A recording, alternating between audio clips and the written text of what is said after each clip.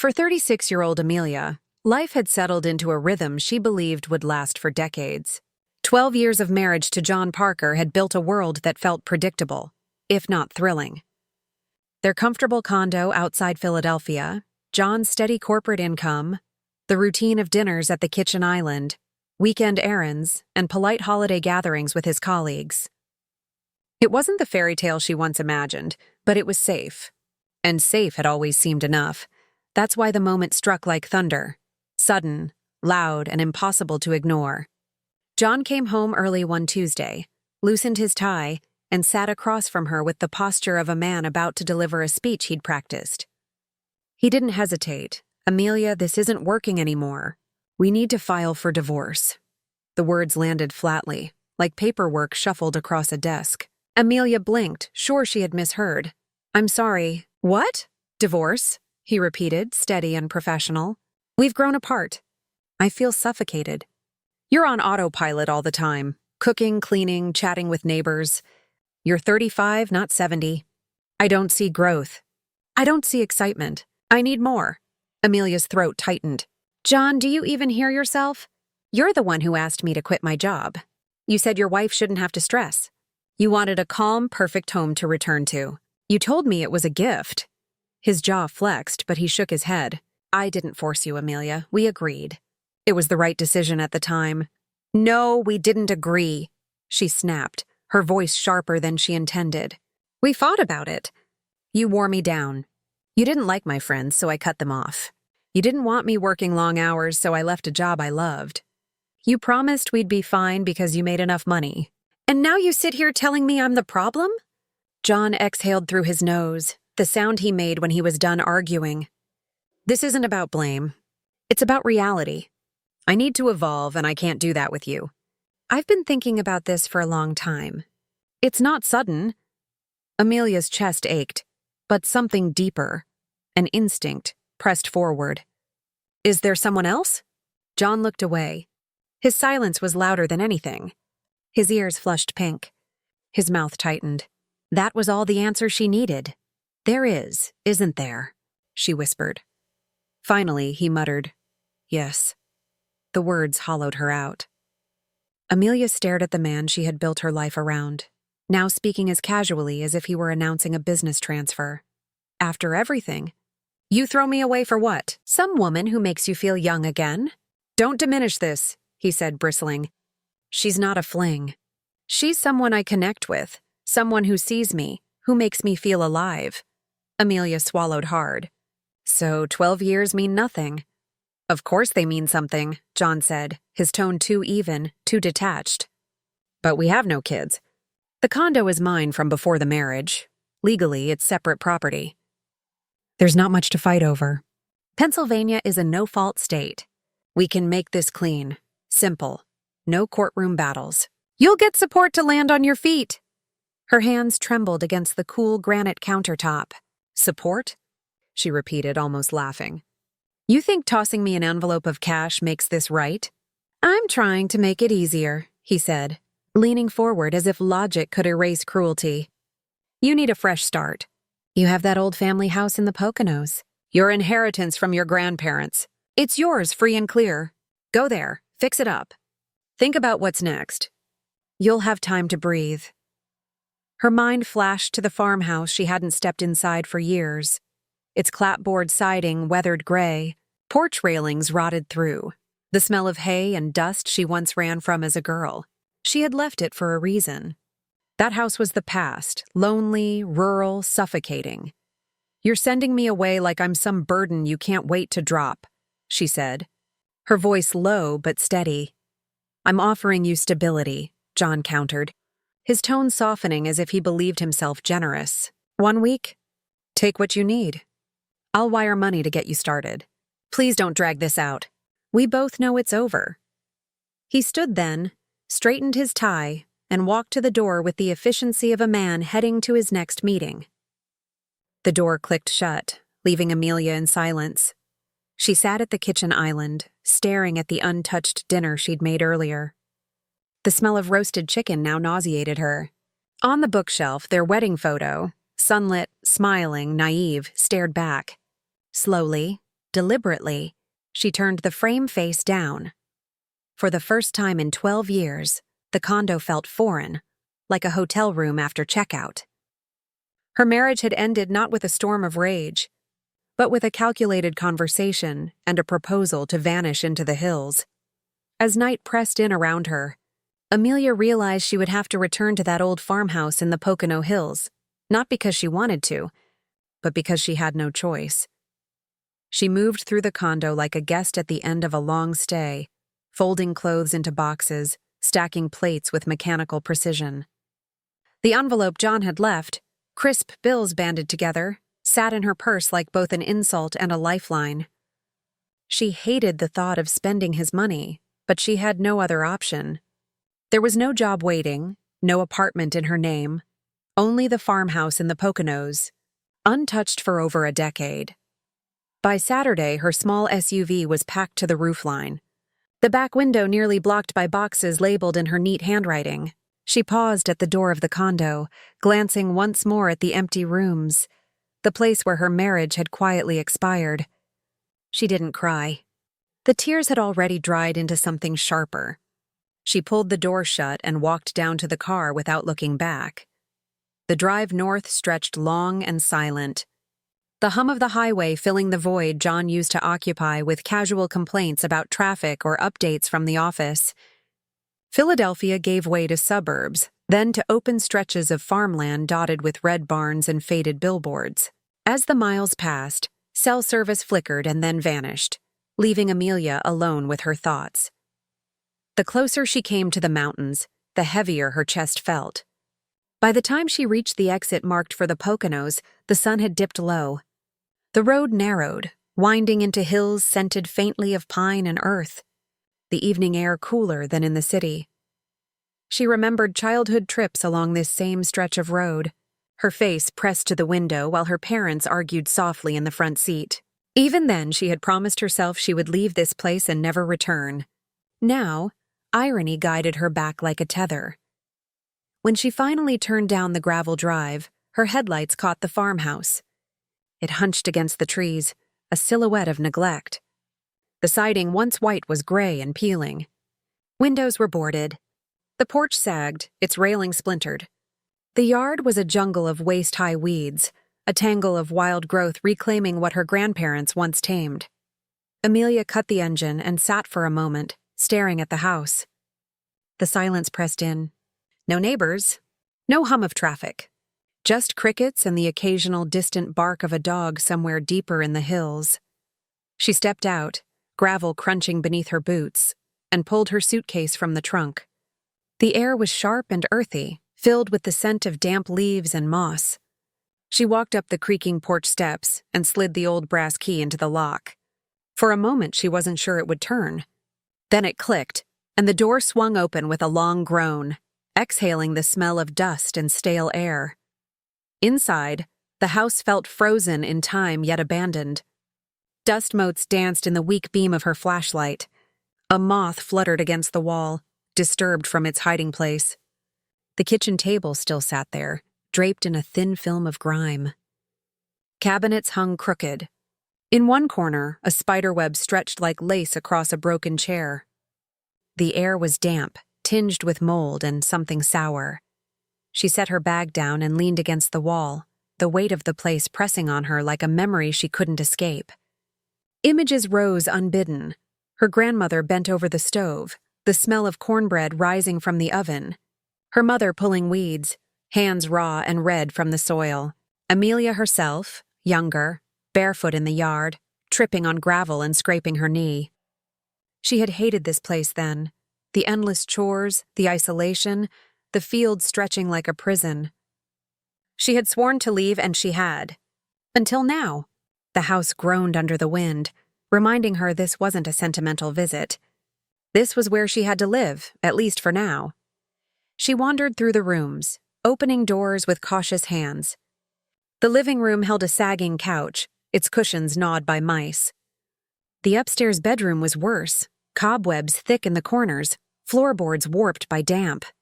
Still, she dragged her suitcase up the narrow stairs, unzipped it, and spread sheets over the least stained mattress she could find. As night fell, the farmhouse seemed to shrink around her. The walls whispered with the scurry of small animals. The roof ticked as it cooled. Amelia lay in bed, the thin blanket pulled to her chin, listening. Every creak made her flinch. She missed the city's background noise, the hum of cars, the distant sirens. Out here, the silence was complete, broken only by the lonely call of an owl in the trees. For the first time since Matthew's announcement, Amelia let herself admit the truth. She was afraid, not just of the house or the solitude, but of the blank future waiting to be written. 12 years of marriage had ended over a dinner conversation. Now she lay in a bed that smelled of mildew, staring at a ceiling she once thought she'd never see again. She pressed her palm to her chest, steadying her breath. The farmhouse was hers. It might be crumbling, but it was all she had left. Somehow she would have to make it a beginning instead of an ending. Morning light leaked through cracks in the boarded windows, thin and pale, cutting across the dust that hung heavy in the air. Amelia lay awake on the sagging mattress, staring at the ceiling. Sleep had come in fits, each creak of the old house jolting her back to alertness. By dawn, her body ached, but her mind felt sharper than it had in days. Reality was no longer something she could postpone. She had no job, no savings, no friends in the city willing or able to cushion her fall.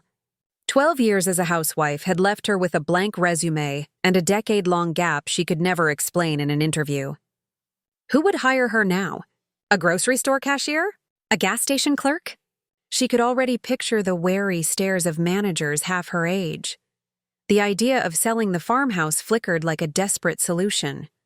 If she could unload it, even for a fraction of its worth, maybe she could scrape together enough for a tiny apartment near Philadelphia, find part-time work, slowly rebuild. But she knew the truth before the fantasy even finished forming.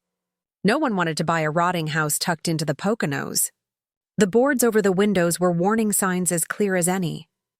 Buyers wanted mountain cabins with decks and lake views, not a decaying family relic overrun with weeds. She sat on the edge of the bed, clutching her knees. The farmhouse wasn't an escape hatch. It was her only lifeline. If she was going to survive, she had to make it livable, maybe even profitable. Ideas flickered, timid but persistent. She had always loved flowers, even as a girl, arranging wild daisies in jars from her grandmother's garden, sneaking into the yard after school to braid stems together. Could she take a class in floral design, open a shop someday? The thought felt ridiculous, but it stirred something warm. Or maybe she could work the land. Everyone in these hills seemed to have a side hustle, selling jam at farmers' markets, keeping goats for milk, raising chickens for eggs. She tried to picture herself hauling feed buckets, trimming raspberry bushes, kneading dough for bread to sell on Saturdays. The image felt foreign, but also strangely grounding. Amelia stood, brushed the dust from her jeans, and walked to the front of the house. The boards nailed over the windows stared back like bars on a cell. Her fingers traced the splintered wood. This was what Matthew had meant when he said she was stuck. He'd boxed her in and she'd let him. But she didn't have to keep living that way. She found her grandfather's old toolbox in the shed, rusted but intact. Inside was a crowbar, still sturdy. She gripped it with both hands, braced herself, and wedged the tip beneath the first board. It resisted at first, creaking, then gave with a sharp crack. Dust rained down, stinging her eyes, but light poured through the gap. Her chest rose with something fierce, almost defiant. She pried off another board, and another, until the window stood open, sunlight spilling into the room. The farmhouse smelled of mold and age, but the light transformed it, turning shadows into possibilities. She moved to the next window, muscles burning, sweat trickling down her back. With each board she tore away, the house seemed to breathe again, and so did she. By the time she stopped, exhausted and covered in grime, the rooms glowed with natural light for the first time in years. Amelia stood in the kitchen, hair damp against her temples, hands raw from the crowbar, and looked around. It was still a ruin, dust piled in corners, wallpaper peeling in strips, mouse droppings scattered on the floorboards. But it was no longer a tomb. It was a beginning. She filled a bucket from the pump in the yard, hauled it back inside, and began scrubbing the counters. The water turned black almost instantly, but she dumped it and filled another. The rhythm steadied her. Each swipe of the rag cleared more than just dirt. By evening, the kitchen bore the faintest resemblance to a place someone might live. When she finally collapsed into a rickety chair by the window, Amelia caught sight of the hills rolling beyond the property line. The setting sun painted them gold, and for the first time since Matthew had uttered the word divorce, she felt a thread of control winding back into her hands. She whispered to herself, barely audible over the cicadas, "If I can open a window, I can open a door." The farmhouse creaked as though agreeing. Like it too had been waiting for someone to believe it could live again. The next morning, Amelia pulled on work gloves already fraying at the seams. A broom leaned against the wall beside a stack of boards she'd ripped from the windows the day before. Sunlight streamed freely now, cutting across the kitchen in golden rays. For the first time, the farmhouse felt less like a mausoleum and more like a place that could breathe. She carried another armful of debris toward the porch, the boards scraping her forearms. That's when she heard it, the crunch of footsteps on the gravel drive. Amelia froze, heart hammering. Matthew had promised not to drag this out, but some part of her still feared he might show up, smug and patronizing, to check on his abandoned wife. "Hey," a man's voice called sharply. "What are you doing there?" Amelia spun around, boards clattering to the porch floor. A tall man stood at the edge of the yard, framed by overgrown weeds. He wore a red and blue plaid shirt, sleeves rolled to his elbows, and scuffed jeans. Broad-shouldered, his face was shadowed by the morning sun. At his side trotted a sandy-colored dog with a curled tail, ears pricked forward in alert curiosity. Amelia's pulse quickened. "Excuse me?" she called back. The man took a few steps closer, suspicion in his voice. "This house has been empty for years. You can't just break in." Her indignation rose. She yanked off a glove and straightened. "I didn't break in. This is my house." His brow furrowed. "Your house?" "Yes, I'm Amelia. My grandparents owned this place. She exhaled, forcing steadiness into her voice. "I moved back in yesterday." The man studied her for a long moment. Then his expression softened, suspicion giving way to something like recognition. "Parker," he repeated. "You're Margaret Parker's granddaughter." Amelia nodded cautiously. The man let out a breath and chuckled, shaking his head. "Well, I'll be damned. I thought this place would never see life again." He stepped forward and extended a hand. "Name's William Whitmore. I live about a mile down the road." "Built my house after the divorce?" Amelia hesitated, then reached out and shook his hand. His grip was firm and rough, clearly the hand of someone more familiar with tools than keyboards. The dog wagged its tail and padded up the porch steps, sniffing Amelia's shoes before sitting squarely at her feet, as though deciding she belonged. "And this," William said, nodding toward the dog, "is Teddy. He usually doesn't take to strangers, but it looks like you've passed his test." Amelia crouched and gently scratched behind the dog's ears. Teddy leaned into her touch with a satisfied huff, and a surprising warmth spread through her chest. "He's beautiful," she murmured. William leaned against the porch railing, a small smile playing at his lips. "So you're moving back in here? Brave choice." "Not much of a choice," Amelia admitted, standing again. "It's all I've got left." His gaze moved over the sagging porch, the boarded windows she hadn't yet tackled, the weeds choking the yard. "Well, you've got your work cut out for you, but it's not impossible. I know. I did the same thing myself a few years back." "You rebuilt your house?" "Built it from scratch," William said matter-of-factly. "After my ex left, I needed something that was mine. So I bought land, poured the foundation, and got my hands dirty. I figured if my life was starting over, my house should too." There was no bitterness in his tone, only a plain-spoken honesty that caught Amelia off guard. He nodded toward the pile of boards at her feet. "Need a hand? You'll break your back doing this alone." Amelia opened her mouth to protest, instinct telling her not to lean on anyone. Not again, she thought, but the sincerity in his eyes made the refusal catch in her throat. I wouldn't say no to advice, she admitted. William grinned, pushing off the railing. Advice is free. Labor costs a cup of coffee. Amelia laughed softly, the sound surprising her. It had been days since she'd laughed. Maybe weeks. Deal.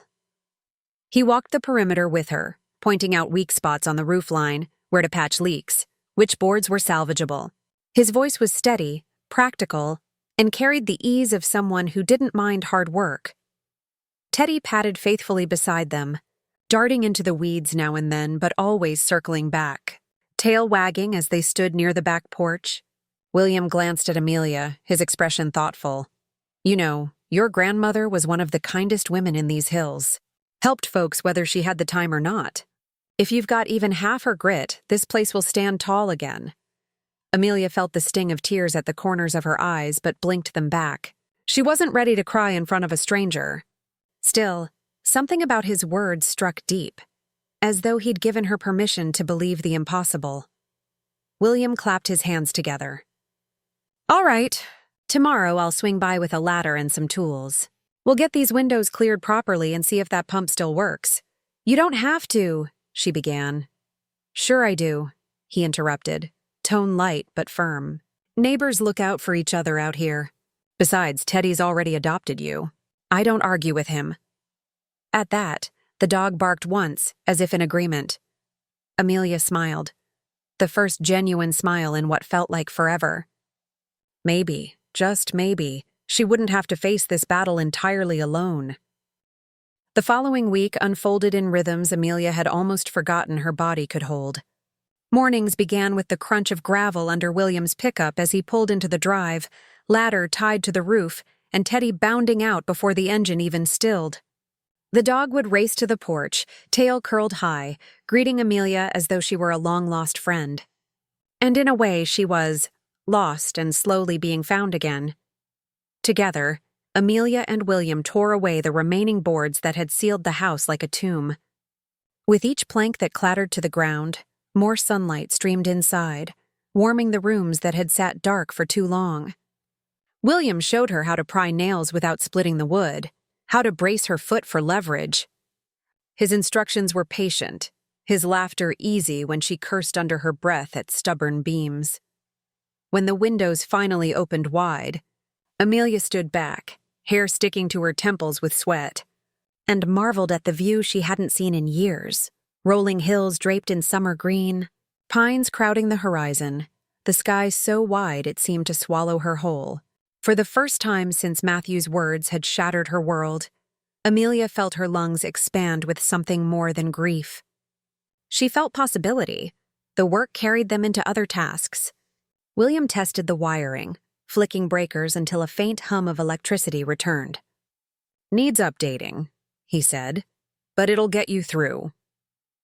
They dragged buckets of water from the pump, and when it sputtered to life with a rusty groan, Amelia laughed, an unguarded, uncalculated sound that startled her as much as it delighted William. The roof became their next battle. Amelia steadied the ladder while William climbed, hammer in one hand, shingles tucked under his arm. Teddy lay sprawled in the grass below, tongue lolling, keeping vigil as if supervising the project. Amelia looked up at William silhouetted against the sky, his shirt clinging to his back with sweat, and wondered how long it had been since she'd seen someone pour so much of themselves into something without complaint. In the evenings, when the tools were put away and the sun sank low, William would sit with her on the porch steps, a thermos of coffee between them. It was during those quiet hours that his story began to unfold. My ex-wife left when our daughter was 10, he said one night, voice even, as if rehearsed so many times it no longer cut sharp. She said she needed freedom, a chance to live the life she'd missed. I fought to keep our girl and I won. Raised her myself.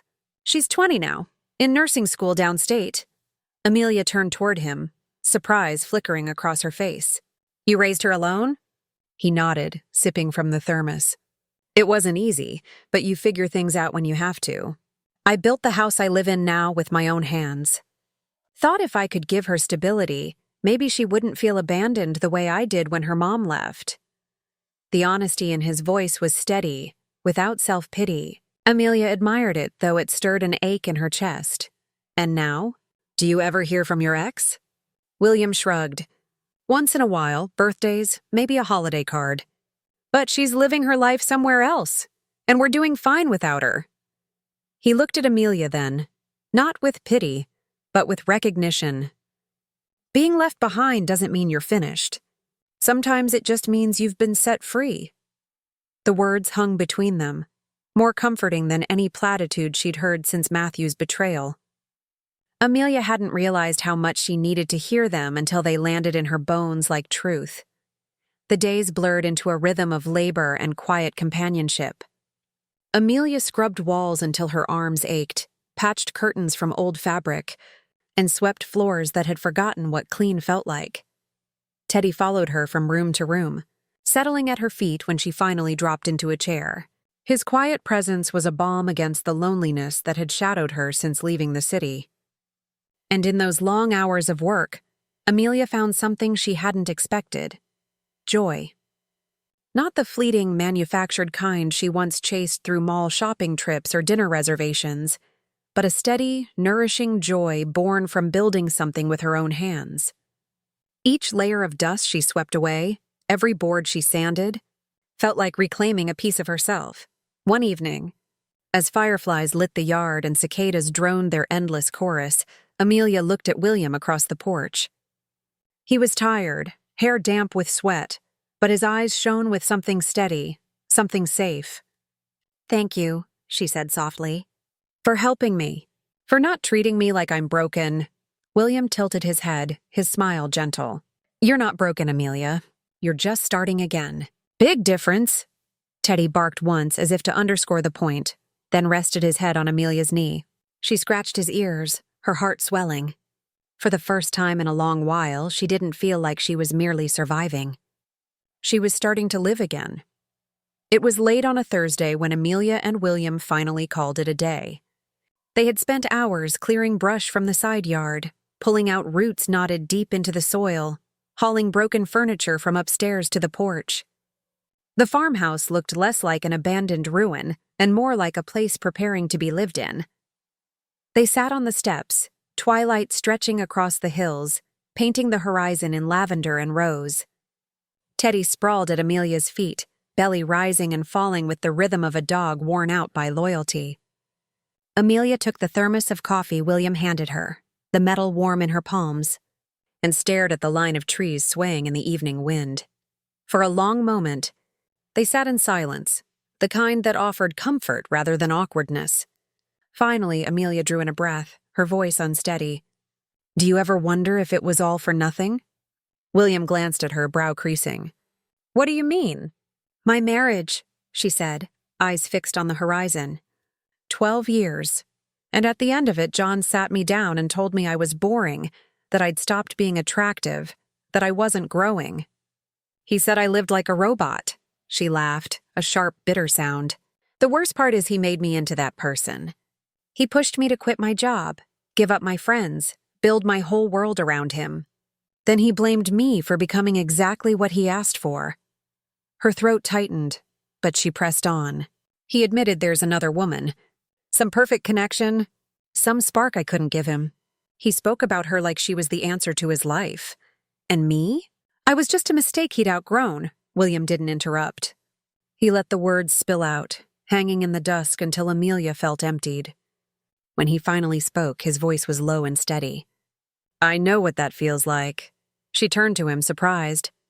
"My ex-wife said the same things," William continued. "That she needed freedom, that I was holding her back. Truth was, she'd already found someone else. By the time she left, it wasn't even about us anymore. It was about her running toward whatever or whoever she thought would save her." He took a sip of coffee, eyes far away. It felt like being shoved off a moving train. One day you think you're heading somewhere together. The next you're just standing alone on the tracks, wondering what you did wrong. Amelia's chest ached at the image.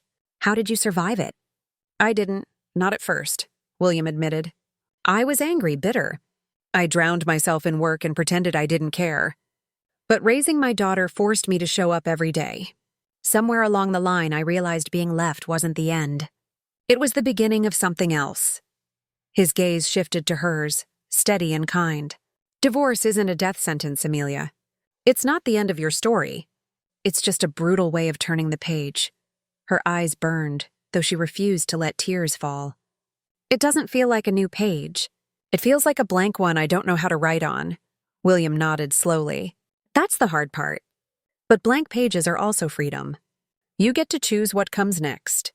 And you don't have to let someone else hold the pen anymore. Silence stretched between them again. But this time it felt charged, alive with understanding. Amelia felt something loosen in her chest, as though the weight she'd been dragging since that night in the condo had finally shifted. For the first time, she believed she wasn't just broken. She was unfinished.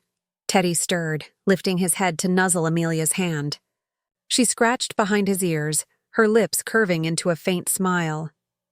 You make it sound almost simple. It's not simple, William said, smiling back. But it is possible. The last of the daylight slipped behind the hills.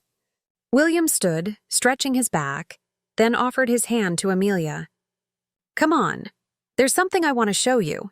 She hesitated, then placed her hand in his, letting him pull her to her feet. Where are we going? To the river, he said, his voice carrying a softer, almost nostalgic note. I grew up here. That river was my escape when things got bad at home. After the divorce, I bought the land along its banks. Built my house near it. I think you should see it.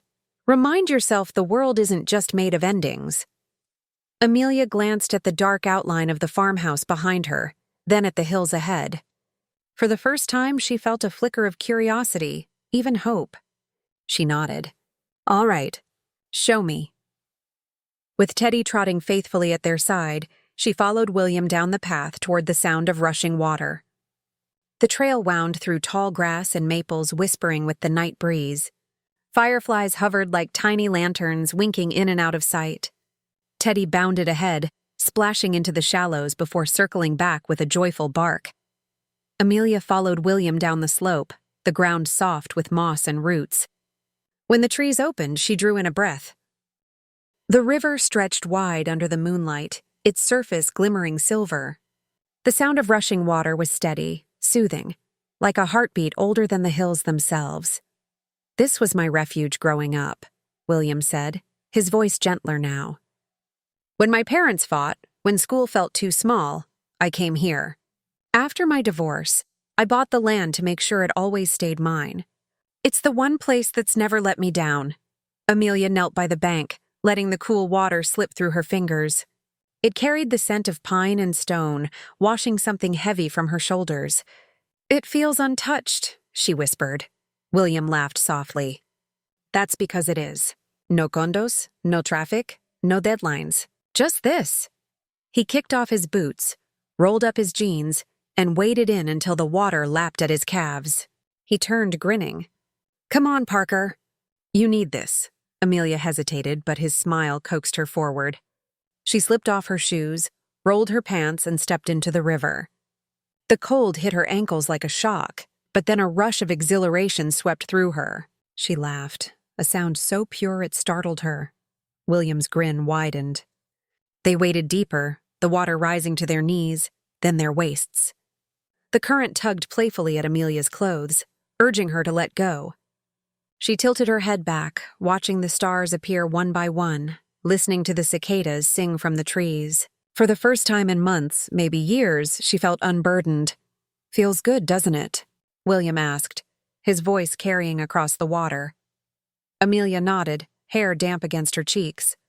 It feels like I can breathe again, Teddy barked from the shore as if cheering them on.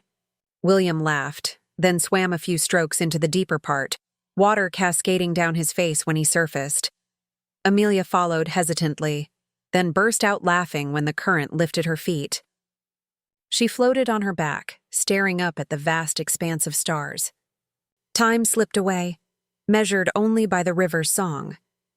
When she finally drifted close to William again, their laughter softened into something quieter, almost reverent. He reached out, brushing a strand of wet hair from her face. The touch lingered, warm even against the chill of the river. Amelia met his gaze, and in it she saw not pity or judgment, but recognition, a mirror of her own longing to be seen, to be chosen. He leaned in slowly, as if giving her every chance to pull away. She didn't.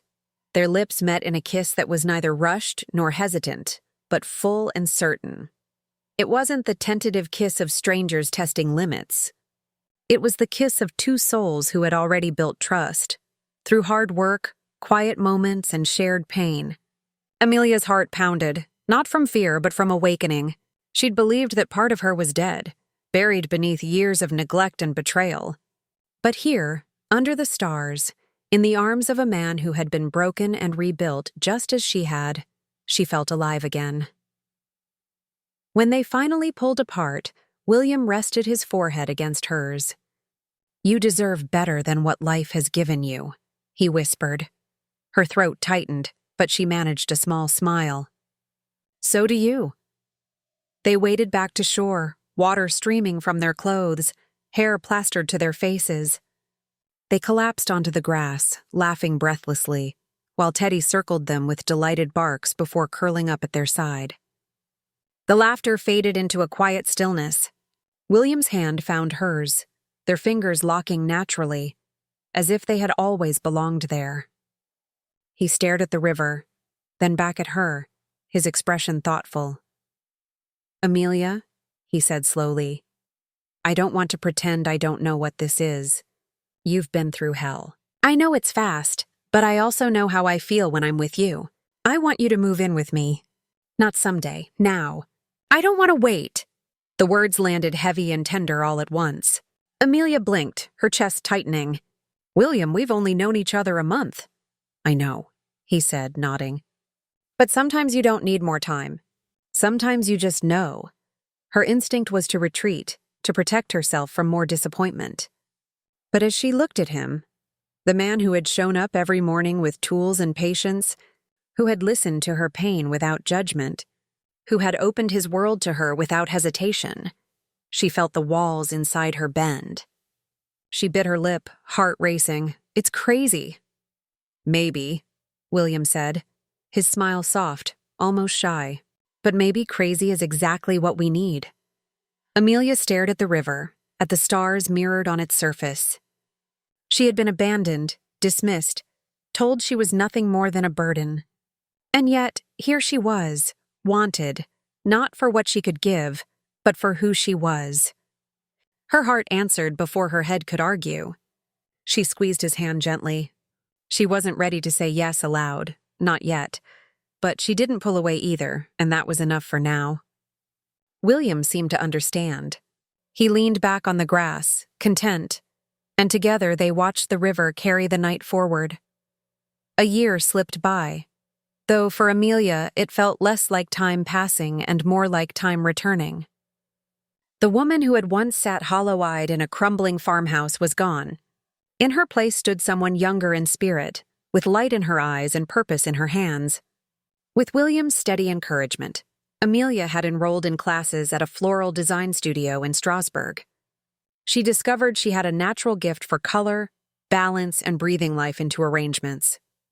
Soon she was supplying bouquets to local shops and wedding venues, her name whispered with admiration.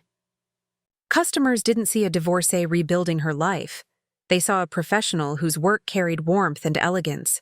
Her wardrobe transformed too. Gone were the resigned jeans and faded sweaters of a forgotten wife. In their place were dresses that celebrated her confidence, pieces chosen not for Matthew's approval, but for her own reflection in the mirror. She moved with ease now, Teddy bounding happily at her side, and William never far from reach. So when the embossed invitation arrived, John Parker's 40th birthday celebration, Amelia almost laughed. She had no reason to go, and yet something inside her insisted she must. Not out of spite, but for closure, to show him and herself how far she'd come. On the evening of the party, William's truck pulled up outside the event hall in Allentown, headlights cutting across the manicured parking lot. Amelia stepped down in a gown of deep emerald silk, her hair swept into loose waves that caught the light. A delicate pendant rested at her collarbone. She looked radiant, A woman at the height of her power, not someone dragging the chains of the past. William offered his arm, his suit crisp, his presence solid and reassuring. "Ready?" he asked quietly. Amelia smiled, slipping her hand into his. More than ever. Inside, the hall glittered with balloons and chandeliers. Laughter echoed from groups of Matthew's colleagues and acquaintances. Amelia recognized the type. Men in tailored suits bragging about investments. Women in polished heels exchanging smiles sharp as glass. And then Matthew appeared, standing near the bar, a glass of whiskey in hand. His hair had thinned, his tie hung slightly loose, and his smile looked more plastered than genuine. He seemed older than 40, worn in a way success couldn't hide. He turned, expecting another guest, but froze when his eyes landed on Amelia. For a moment, he didn't even recognize her. The emerald gown shimmered under the lights. Her skin glowed. Her laughter with William was unforced and bright. Matthew's mouth parted as if to speak, but no words came. Amelia caught his stare and walked toward him, each step measured and graceful. William's hand rested gently at the small of her back, steady as ever. "John," Amelia greeted, her voice warm but distant, like one might address an old neighbor. "Happy birthday." He blinked, trying to gather himself. "Amelia, you look—" He stopped, unable to finish. "Thank you," she said simply, sparing him the effort. Her smile was polite, not sharp, not vindictive, just unshakable. People around Matthew turned, whispering, curious about the woman who commanded the room without trying. Matthew fumbled for composure, adjusting his tie. It's been a while." "Yes?" Amelia said. "It has." She let the silence linger just long enough for him to squirm. Then she tilted her head, her eyes softening. "I hope life has been kind to you." Matthew's throat worked. "It's been fine," but the word rang hollow. Everyone knew his girlfriend had left months ago. Whispers spreading through the same circles now clinking glasses in this hall. The man who once thought himself untouchable now stood exposed, alone at his own celebration. Amelia leaned in slightly, her voice lowering but still clear enough to carry. "I wanted to thank you, John, for setting me free, for making room in my life for something better." Confusion flickered across his face, replaced quickly by a grim attempt at indifference. "Better?" She turned toward William, who met her gaze with quiet pride. Amelia's smile softened into something tender. "Yes, much better." Her hand brushed lightly over her stomach, the gesture natural, unforced. "William and I are expecting. It's early, but I've never been happier." The color drained from Matthew's face. His glass tipped slightly in his hand, the liquid trembling at the rim. Around them, the hum of conversation faltered as those nearby caught her words, eyes widening. Amelia didn't gloat. She didn't smirk. She simply stood radiant, a woman once discarded who had bloomed in the soil where she'd been left. Matthew forced a smile that never reached his eyes. "Congratulations," he muttered, but bitterness cracked through. He looked older still, smaller somehow, like the walls of the hall were closing in. Amelia inclined her head. "Thank you, truly." With that, she turned away, her arm entwined with William's as her laughter blended with the music and carried them back into the glow of the party. Behind them, Matthew stood frozen, staring at the life he had squandered.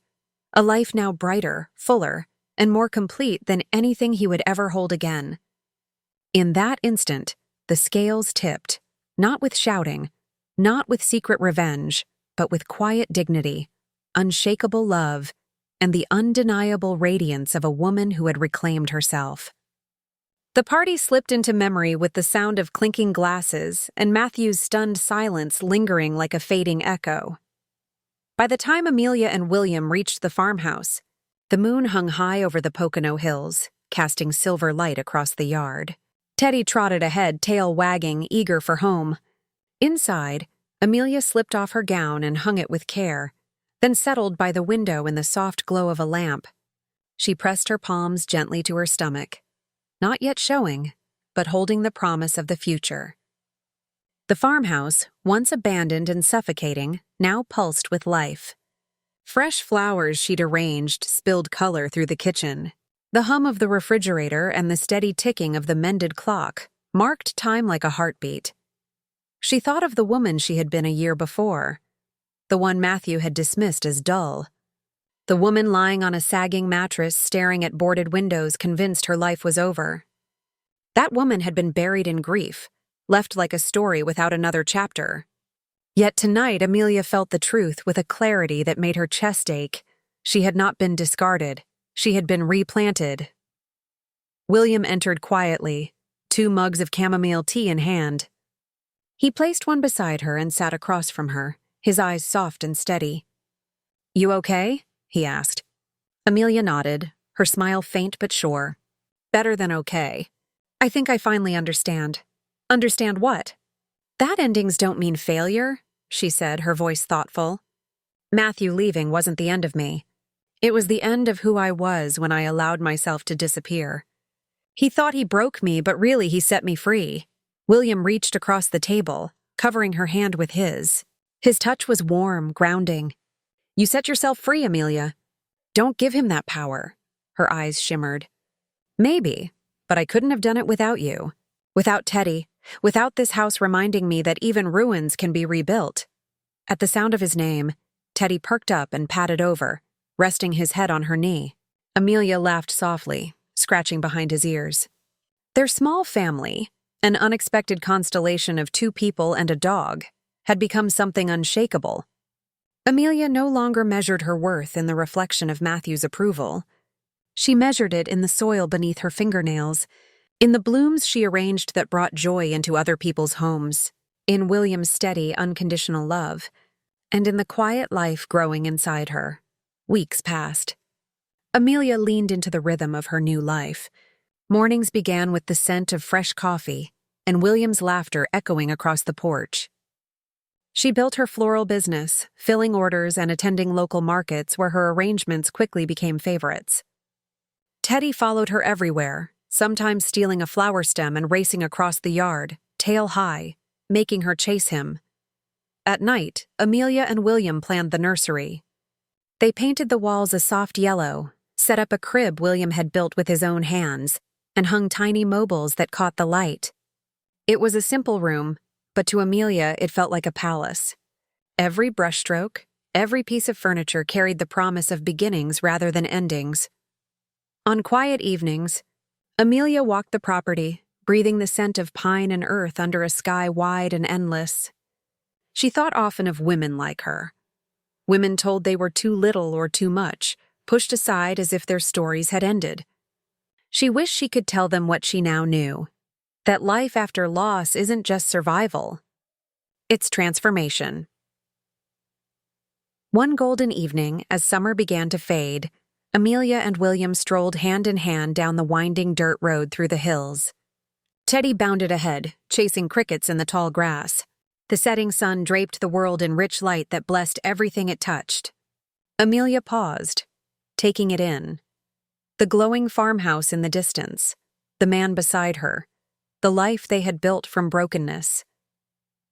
"I used to think my story ended the night Matthew left," she said softly. "But it didn't. That was just the prologue."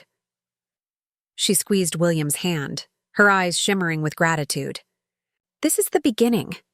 William smiled, brushing his thumb over her knuckles. "And it's going to be a damn good one." They stood together, wrapped in silence as the hills echoed with cicadas and the air warmed with summer's last breath. Slowly, they began walking again, the dirt road stretching before them like an unwritten page. Behind them lay the ruins of an old life. Ahead lay something new, love steady as a river, roots deep as pines, and hope rising with every step. And as the sun dipped below the Pocono Hills, Amelia knew she had not been abandoned. She had been reborn,